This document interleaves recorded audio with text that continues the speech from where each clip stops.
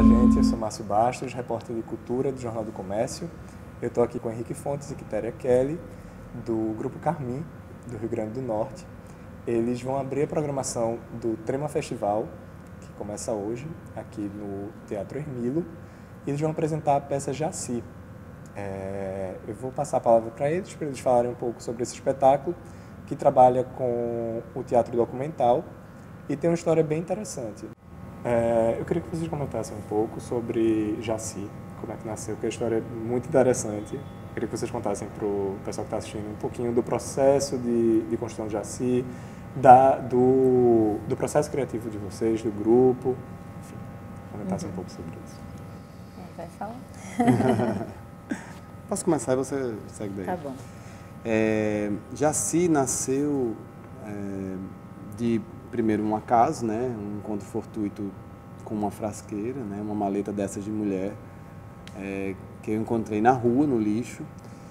Ao mesmo tempo que a gente havia vivendo um processo de pesquisa sobre o envelhecimento, né? O Grupo Carmim estava entrando aí no quarto processo de montagem, e era já sobre esse assunto que até hoje nos perturba muito, que é como os idosos são tratados no Brasil, né? O abandono que ainda é causado, a falta de política pública para o idoso. Então, daí, quando a gente se depara com um fato real, de uma vida, ou uma história de vida ser ali abandonada no lixo, dentro de uma maleta, aquilo realmente mexeu com a gente, e foram aí 3 anos de processo de investigação para saber quem era essa mulher, né? Quem era essa Jaci. Nesse processo a gente passou por várias fases, uma fase inicial onde a gente, a partir dos textos de Pablo Capistrano e Iracema Macedo, que são os filósofos que assinam os textos da peça, a gente começou a criar uma ficção, e essa ficção com o tempo passou a não dar conta da força que era aquele achado, ou sempre quando a gente contava para as pessoas, olha, aconteceu isso, esse acaso, e as pessoas, nossa, isso é incrível, mas me parecia que a história desses 2 velhos fictícios que a gente estava criando, ou Iracema e Pablo estavam criando, não dava conta disso. Foi aí que a gente começou a pesquisar. Teve também outro encontro fortuito do teatro documentário na nossa vida, né, através de um espetáculo que eu vi, a gente compartilhou dentro do grupo.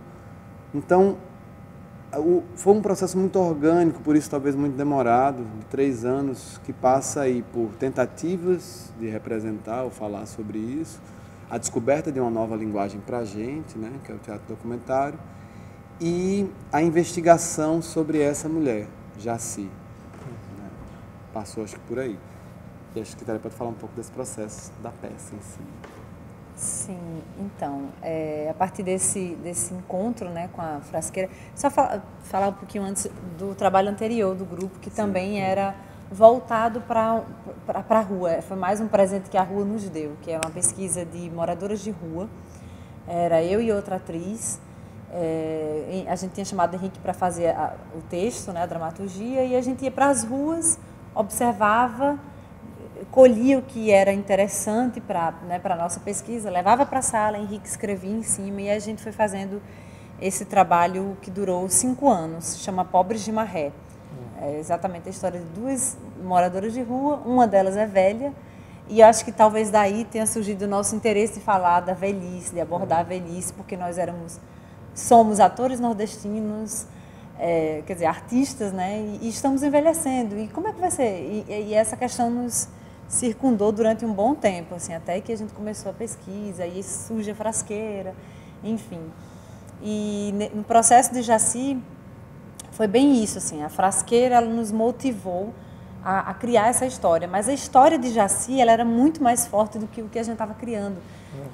Como o Henrique falou, todas as vezes que a gente contava para alguém a história da frasqueira, as pessoas diziam, mas quem é essa mulher? Vocês não foram atrás, não sei o quê? Parecia que isso estava chamando. Né? Pois é, a gente estava realmente sendo chamado, assim, até inspirado num texto que a gente acabou de ouvir, de ler sobre a peça. Houve um chamamento mesmo, sabe, assim, todo mundo queria saber quem era Jaci, e a gente estava querendo criar outra coisa, e como o Henrique disse, não dava conta. Aquela história era muito latente, era muito forte, então a gente foi atrás e buscamos. O Henrique tinha assistido essa peça da Lola Arias, que foi a nossa referência de teatro documentário para criar Jaci. E ele trouxe elementos do teatro documentário que realmente davam as respostas que a gente queria para aqueles primeiros fragmentos de texto. Então, a peça foi sendo criada muito assim, a gente chamou esses dois amigos filósofos, Pablo e Iracema, e eles criaram juntos com o Henrique.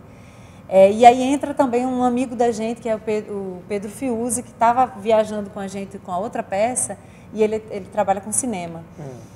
E aí ele foi entrando meio que organicamente no processo, e aí a gente também trabalha com o audiovisual na peça. A gente traz o elemento do audiovisual para mostrar os elementos da frasqueira, para também criar momentos em que a gente não sabe o que aconteceu com Jaci. Então a gente cria meio que um cinema ao vivo, né? Então, dando espaço aí para essa ficção. Mas 90% da peça é realidade, foram pesquisas nossas, né, da vida dessa mulher, e a gente faz um paralelo da vida dela com a história da nossa cidade e a história do país. Porque ela nasceu em 1920, ela atravessou um período de desenvolvimento do país, econômico, social, político, e a gente aborda isso através daquela personagem, naquele momento histórico. Maravilha. Vocês falaram que vocês beberam do teatro documentário. Eu queria que vocês explicassem um pouquinho esse conceito, porque é muito novo aqui pra gente, né? Apesar de, enfim, já ser usado em outras partes do mundo com mais frequência, eu acho que ainda há poucos exemplos no país. Eu queria que vocês falassem um pouco de como ele foi inserido no espetáculo. Vocês falaram que, claro, 90% é realidade, é parte de pesquisa e, enfim, destrinchem um pouco mais o teatro documentário pra gente, por favor. Bom, para a gente também o teatro documentário é uma novidade, né? No sentido de que ainda estamos em processo de investigação, de descoberta. Mas existem elementos ali que parece que nos trazem para uma força ou uma potência dramática, uma potência cênica interessante. Um deles se assemelha muito ao jornalismo, que é essa narrativa, que ela é uma narrativa factual, mas que se recheia na cena de elementos da ficção. E aí essa brincadeira entre a história ou o fato e a ficção, que por muitos anos, né, anos modernos, recentes, ficção foi contraposta à história, né, foi negando a história que a ficção surgiu, pelo menos a avaliação, né, que se faz modernamente, mas hoje já se vê que a ficção não é o contrário da história, mas sim um elemento potencializador dessa história.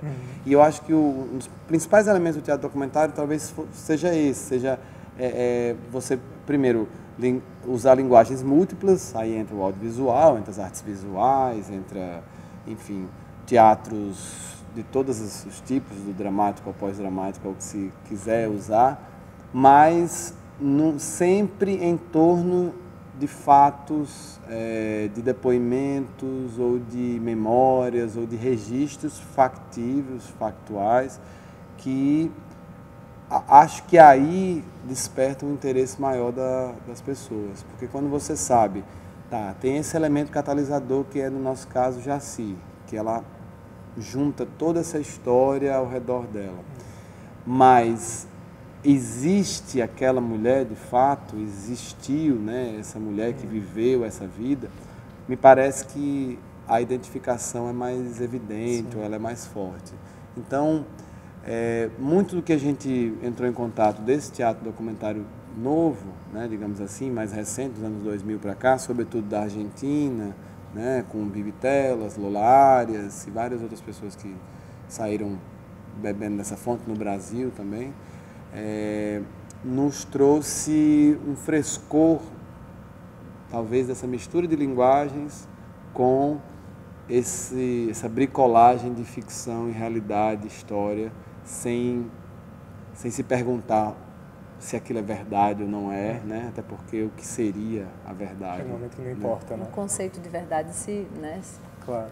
se mistura nisso aí, assim como no jornalismo também, né? A gente tem visto coisas que a gente sabe se é verdade ou se é mentira. E outra coisa também que eu acho que é uma característica forte do teatro documentário é o fator político dele, né? Assim, a partir do momento em que você coloca uma vida uma vida banal, uma vida de alguém que poderia estar na plateia, ela passa a ser protagonista de uma história. Existe uma potência política aí muito forte que Dá uma relevância para cada indivíduo, né? exatamente, a gente pode discutir questões nossas que não que os clássicos não sejam importantes, mas existe um leque de coisas a serem discutidas do nosso mundo privado que pode, né, passar para um universo muito maior, assim, como é a história de Jaci. A gente fala da história dela, da vida dela, mas que reflete na política do nosso Estado, na história da ditadura militar, porque a gente retrata foi um momento em que ela viveu também no Rio de Janeiro. Então, assim, é muito forte isso, essa possibilidade de trazer quem está ali para dentro do palco e contar a sua história e falar, olha, eu também existo, eu também tenho algo a contar, eu também faço parte disso que está sendo construído, dessa sociedade, a partir do micro para o macro.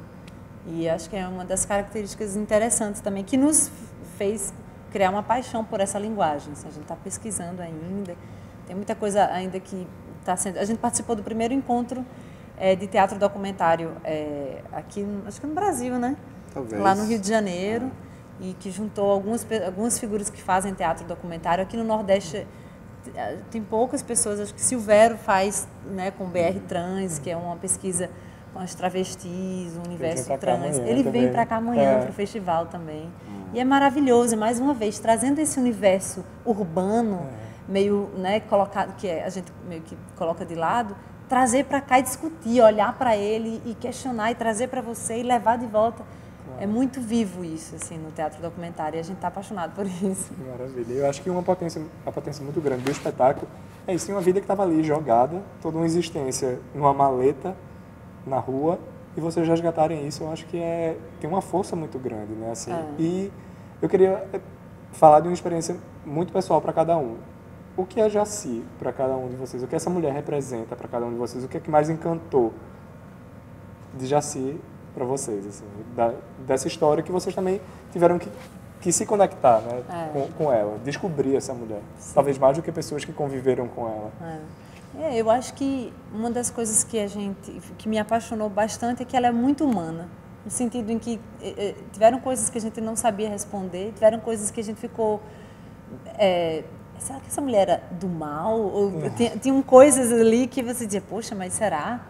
Sabe, e eu acho que isso humaniza ela, assim, a gente não coloca ela num pedestal, num santuário, a gente coloca coisas também que a gente diz, poxa, ela podia ser sem julgamento, sabe, assim, decisões que foram tomadas na vida dela que eu não tomaria, mas eu tenho, enfim, ela se torna mais humana quando ela erra ou acerta, e eu acho que esses erros e acertos de uma vida que foi passada a limpo, né, como a gente fez, é que traz ela para a força, sabe? Uma mulher que se permitiu, que errou, que foi muito à frente do tempo dela, porque em 1920 ela namorou com um capitão da Segunda Guerra Mundial, olha só, uma família tradicional do interior do Rio Grande do Norte. Depois a mulher foi morar só no Rio, enfim, uma série de coisas que você diz, poxa, é extraordinário, assim, a vida comum como é extraordinária, assim. Para mim, acho que é muito parecido também, é disso, de que ela atravessou essas décadas não só passando pela história, mas sendo muito protagonista dela, sem ser ninguém em destaque, em evidência. Ela era ali, mais uma que estava, mas estava efetivamente, porque Natal tem uma coisa com a Segunda Guerra Mundial, aí na década de 40, que foi invadida pelos americanos, né? Os americanos usaram Natal como um ponto de apoio, que era o último lugar antes de decolar para o continente europeu, africano. E aí a cidade, de repente, que tinha 40 mil habitantes, se enche desses GIs, esses soldados americanos, e ela conhece um capitão desse numa festa daquelas, se apaixona pelo cara, quer dizer, tem uma fé com ele, reencontra ele depois lá na frente. Ela vai para o Rio de Janeiro, assim, no auge da ditadura, ela está trabalhando assim, dentro de uma instituição pública que depois fica se sabendo que era um dos lugares assim, quase como base política da ditadura na época, né? E ela volta para Natal e tem, assim, isso para mim também é muito admirável, uma independência até o fim da vida. Ela tem mesmo não constituindo família, não tendo assim a tradicional vida, né, da classe média da época dela, ela consegue constituir assim todo aquele universo prático ao redor dela de forma independente, saudável. A gente consegue ver ali um cuidado. Ela teve uma responsabilidade e uma ética incrível com a cuidadora dela, que é a pessoa quem nos deu praticamente todas as informações da vida dela, até o fim, né? E pensou até no depois. Então, é uma mulher, nossa, extraordinária por isso, assim, se você olhar o quanto ela foi forte e independente a vida toda. Né? E tem essa coisa da família que meio que abandonou, mas tem essa coisa, né, do desprezo, mas também tem muito amor do outro lado, porque ela criou uma relação com essa cuidadora de quase filha, então ela tinha muito amor, mas ao mesmo tempo tinha uma coisa ali com a família que a gente não sabe, a gente também não conseguiu descobrir, porque a família também não se abriu muito. Então, existe essa coisa do amor e o ódio que estão ali, que torna a gente humano e que faz com que a gente se aproxime de Jaci, sabe? E, enfim, se apaixone por ela. Que maravilha. E eu espero que o público se apaixone também por Jaci, né?